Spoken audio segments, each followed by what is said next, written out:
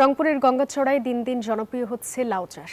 দাম ভালো পাওয়ায় স্বাবলম্বী হচ্ছেন কৃষক। বিস্তারিত জানাতে সরাসরি যুক্ত হচ্ছেন সহকর্মী সুজন আহমেদ। সুজন, কত হেক্টর জমিতে লাউয়ের আবাদ করছেন কৃষকরা? ধন্যবাদ সাদিয়া। আপনি যেমনটা বলছিলেন, রংপুরের গঙ্গাচড়ায় আমি দাঁড়িয়ে আছি সদর ইউনিয়নে একটি লাউ বাগানে। আপনি যেমনটা বলছিলেন যে আসলে রংপুরের গঙ্গাচড়ায় 20 হেক্টর জমিতে কিন্তু লাউ আবাদ হচ্ছে। আপনারা যদি দেখেন, আবহাওয়া খারাপ থাকার কারণেই কিন্তু লাউ আবাদে ভালো ফলাফল আসতেছে, কিন্তু আবহাওয়ার কারণে লাউয়ের যে আটি বলা চলে বা যেটাকে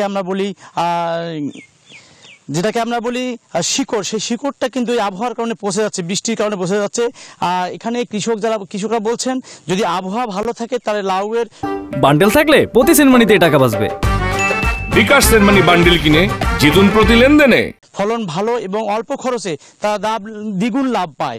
আপনারা যদি দেখাতে যাচ্ছি যে এই লাউয়ের খরচ কিন্তু একদম মাটিতে আবাদ করতে খরচ হয় মাত্র 15 থেকে 18,000 টাকা, কিন্তু লাভ দ্বিগুণ হচ্ছে, এর দ্বিগুণ লাভ হচ্ছে। আমরা এখানে একজন কৃষক আছে, আমরা কৃষকের সঙ্গে জানবো আসলে এখানে এই লাউ আবাদ করতে আপনাদের খরচ কেমন এবং আবাদ কেমন? খরচ কম হয়, একটু লাভ হয়। খরচ আর কি একদিনের মাটির 15-16,000 20,000 পর্যন্ত খরচ হয়। আর লাউ বিক্রি হইলে 40,000 হয়, 35,000 হয়। অফিস থেকে কোনো সহযোগিতা করে কিনা? কৃষি অফিস সহযোগিতা করে। শুনছিলেন যে কৃষি অফিস থেকে, উপজেলা কৃষি অফিস থেকে তারা কিছু সহযোগিতা